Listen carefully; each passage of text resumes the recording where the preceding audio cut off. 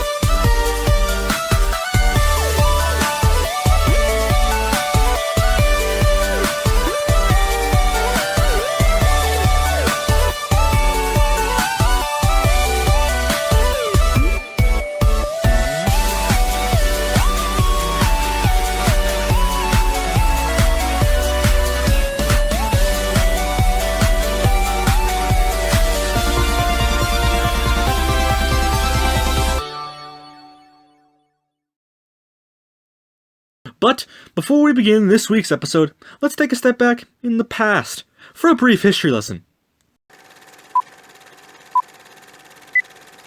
Our story of the F-Type begins in the 1980s. Jaguar, for the first time ever, probably in their history, said, "I think the XJS is actually very fat." But we're gonna gloss over that and actually get to the point of when the F-Type name was first introduced. The first actual use of the name F-Type was on a few concept cars made between 1982 and 1986. The concept cars, originally named XJ41 and XJ42, these cars were basically meant to be the actual successors to the E-Type, and not the XJS, who was apparently too fat, because he ate a lot of Doritos or something. Sadly, the project cars did not go so well, because, concept cars. And the cars ended up changed to what would later become the Aston Martin DB7 and the Jaguar XK8, which released sometime around 1994 and 1996. The next time the F-Type name was actually, semi-used was in the year 2000. The next major concept car that Jaguar made was, actually good. It was offered with a very retro design, very reminiscent of the XJs that had come before it, as well as the E-Type. It was also offered with all-wheel drive, because, all-wheel drive, let's be honest here. And it also had a choice of manual or automatic transmissions, so it definitely did sound like a very good car. But unfortunately, Ford and a bunch of other budget cuts made it so that these cars just would not be possible to make. And therefore, by 2002, the production of the car was cancelled. So what exactly happened to the F-Type? Well, after staying dormant for nearly a decade, the F-Type name finally came back 9 years later, in 2011, with a new concept car. But, surprisingly enough, this concept car actually got into production! In 2013, the car was then offered with a 3-liter V6, because, V6, am I right? And it was actually called the F-Type, an actual production model for once. The 3-liter V6 made around 335 horsepower, which was a pretty healthy amount, and trust me, it actually sounded good.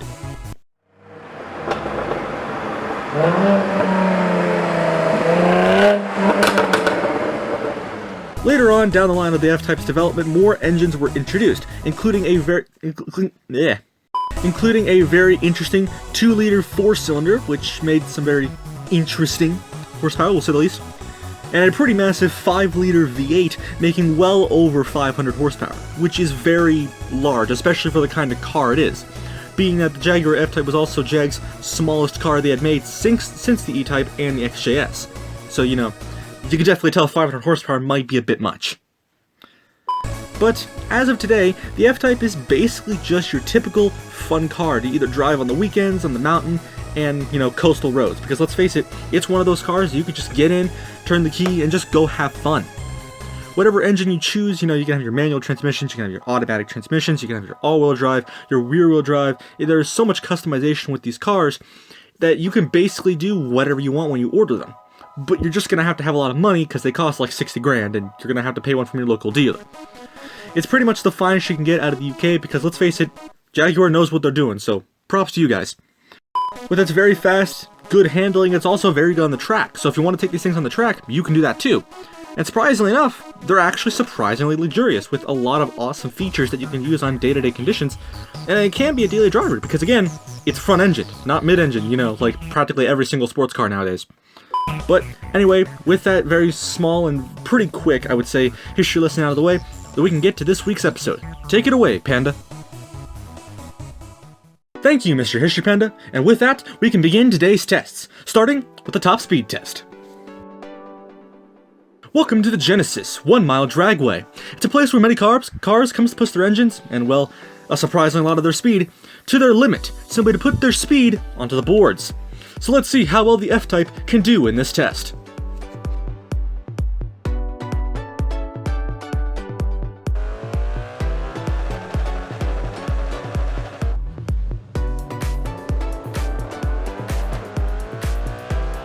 The Jaagg F-Type, whichever you want to call it, topped out at 117.9 miles per hour, but with some further testing, the car did manage to top out at 118.3 miles per hour. It's definitely a very fast car, and it definitely deserves the speed considering that we have the 5-liter V8 model for this video. So definitely a very good run from the F-Type. Next up is the stopping lights of heaven of the brake test. The goal of this test is very simple.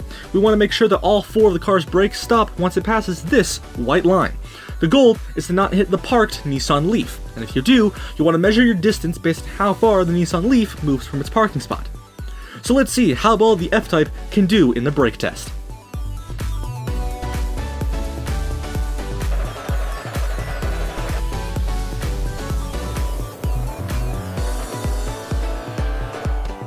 The F-Type definitely did pretty bad in this test, with sliding extremely far after it hit the brakes, because again, brakes are slidey.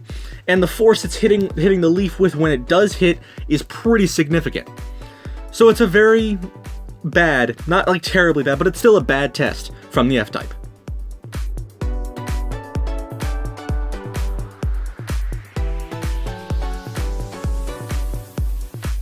Next up is the cornering test, and to do that, I've come here. This is the Forksville Test Circuit.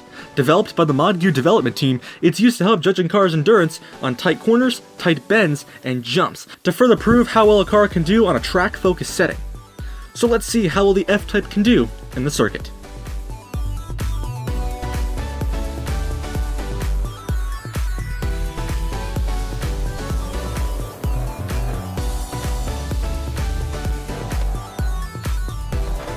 The F-Type does very well on this test. Its cornering abilities as well as its handling are quite literally amazing, and losses to speed while cornering as well as body roll are basically near to none. So it's definitely going to be a very fun experience when you're out on the track. But with this, it's an awesome run from the Jaagg.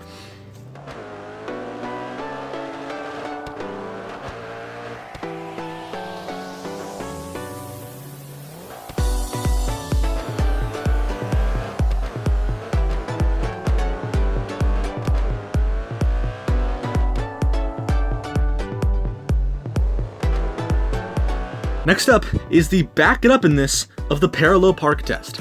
The goal of this test is also very simple. We want to make sure we can park the Jaagg between these 2 parked Renault Meganes. And when we do, we want to make sure that we have enough space both in the front of the car and in the back of the car for someone to walk through. So let's see how well the Jaagg can do in the parallel park test.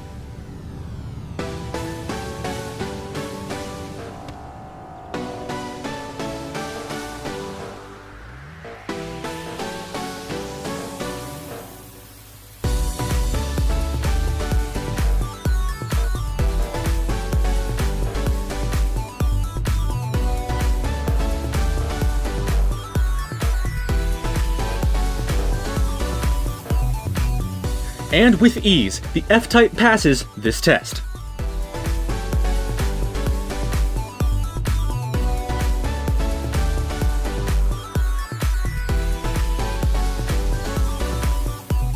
Next up is the bumpy education of the gravel road segment. The goal of this test is also very simple. We want to see how well cars can endure on day-to-day road conditions, whether this be potholes, bumps, cracks on a road, and overall just basic road conditions that day-to-day drivers will experience. So let's see how well the Jaagg can do in this test.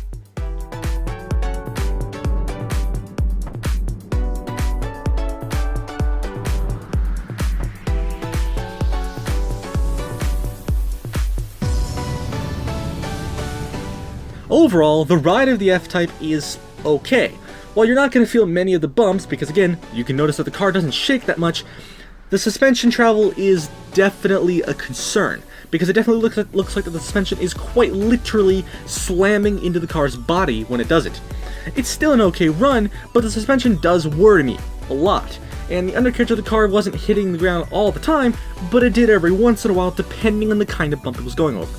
But it's still an okay run, either way, from the F-Type.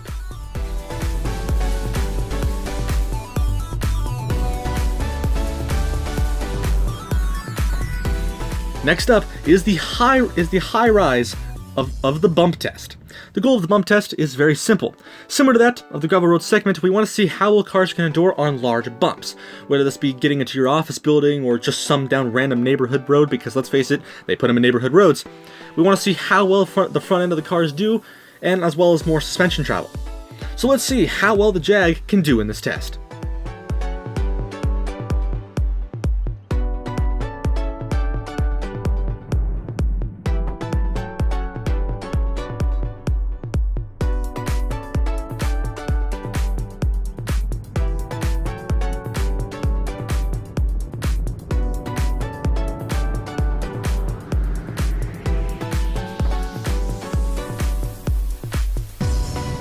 The Jaagg doesn't really do well in this test. For one, as I mentioned before, the suspension of this car really makes it struggle during this test, and going over these bumps has very high potential to damage parts under the car, such as the front lip or just the undercarriage as a whole, my worry being the engine. It's still an unfortunate run from the F-Type.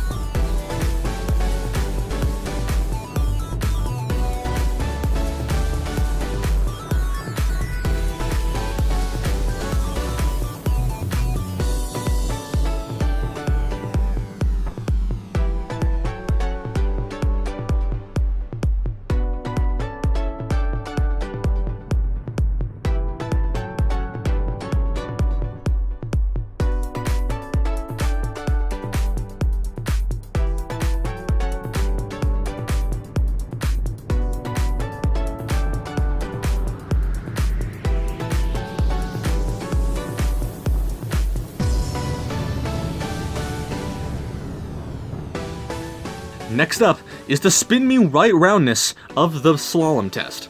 The goal of the slalom test is very simple. We want to see how well body roll and a loss of cornering can affect a car on a track focus setting. We already know how the F-Type performs from the cornering test, but we're going to test this anyway just to get a better idea. So let's see how well the F-Type can do.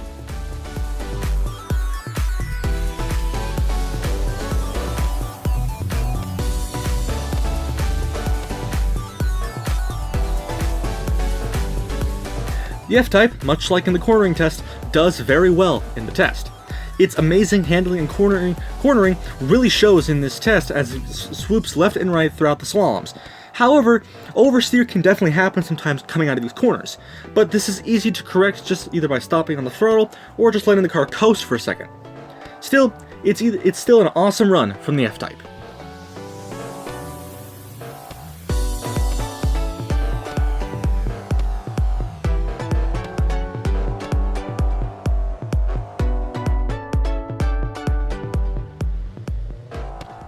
The MPG figures the F-Type has are actually impressive. As I said before, the model we have today is the SVR variant, which does 16 miles per gallon in the city and 24 on the highway. But if you want to get the V6 version or the 4-cylinder version, because why would you want a 4-cylinder version, these can do anywhere from around 24 miles per gallon in the city to near 30 miles per gallon in the highway, which is still very impressive. However, how do these figures apply on the track?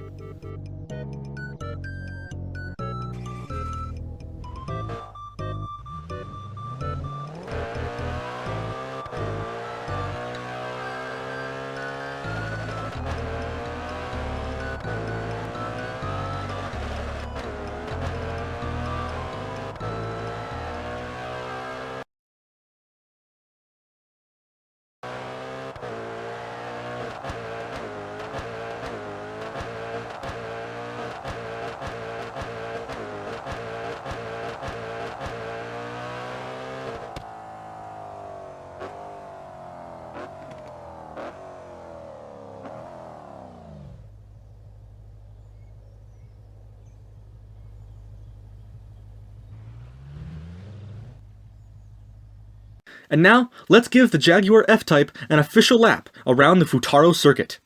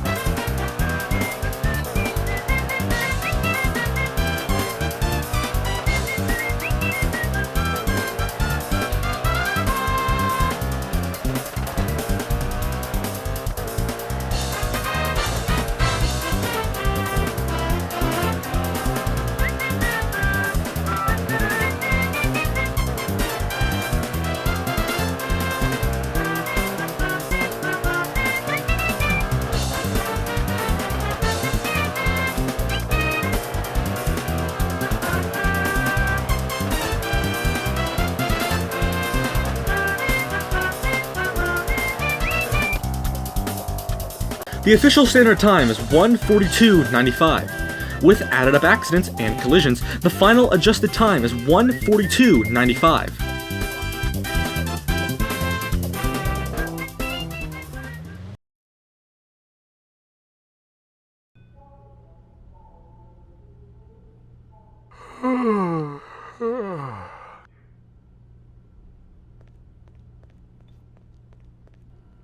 Too bad that didn't kill me.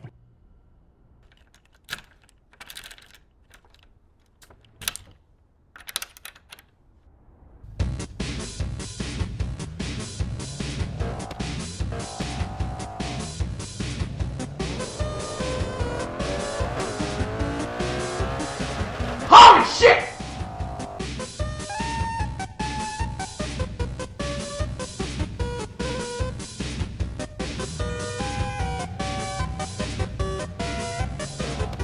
What the fuck?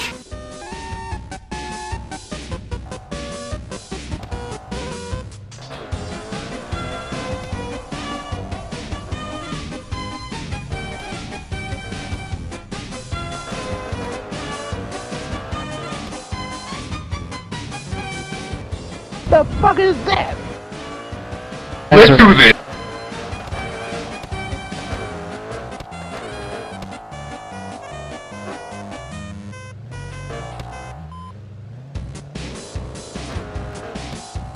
Oh, come on!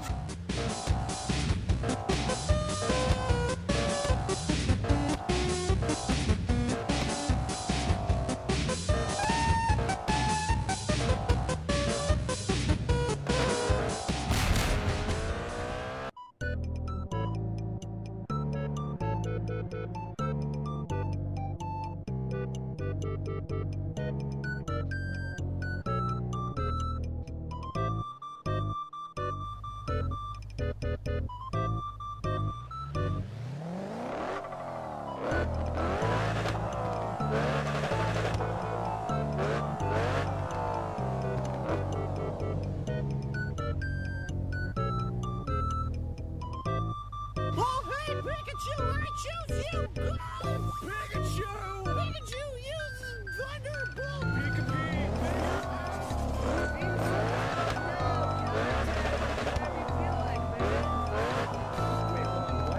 I mean, Venusaur with a question mark.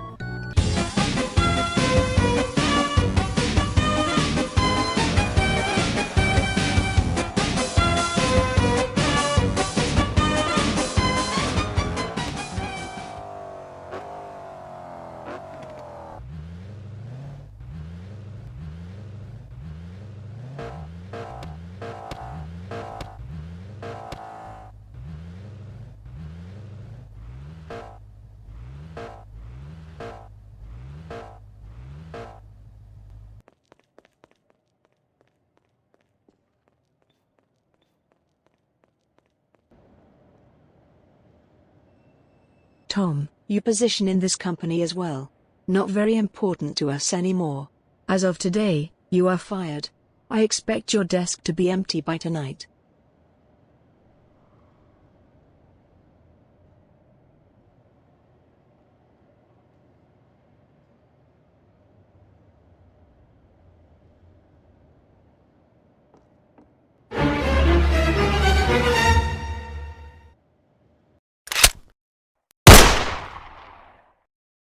So, what are my final thoughts on the Jaguar F-Type? Well, as I said before, it handles and corners like a dream, so it's definitely great for the track. Its brakes are questionable, to say the least, depending where you are. It's very fast and it delivers all of that speed like a giant fast-paced punch. If you're willing to pay around $60,000 for one of these things, go for it. These are definitely cars that are super fun and definitely worth a drive on some nice mountain or coastal roads. Because again, that's what this car is made for. To go around tight corners, maybe drifting if you have the rear-wheel drive model, to go fast on the tracks, to have luxurious feeling, and just to drive on some of the beautiful roads. But anyway, on that fast-paced note, it's time to end. Thank you so much for watching. We'll see you next week. Good night.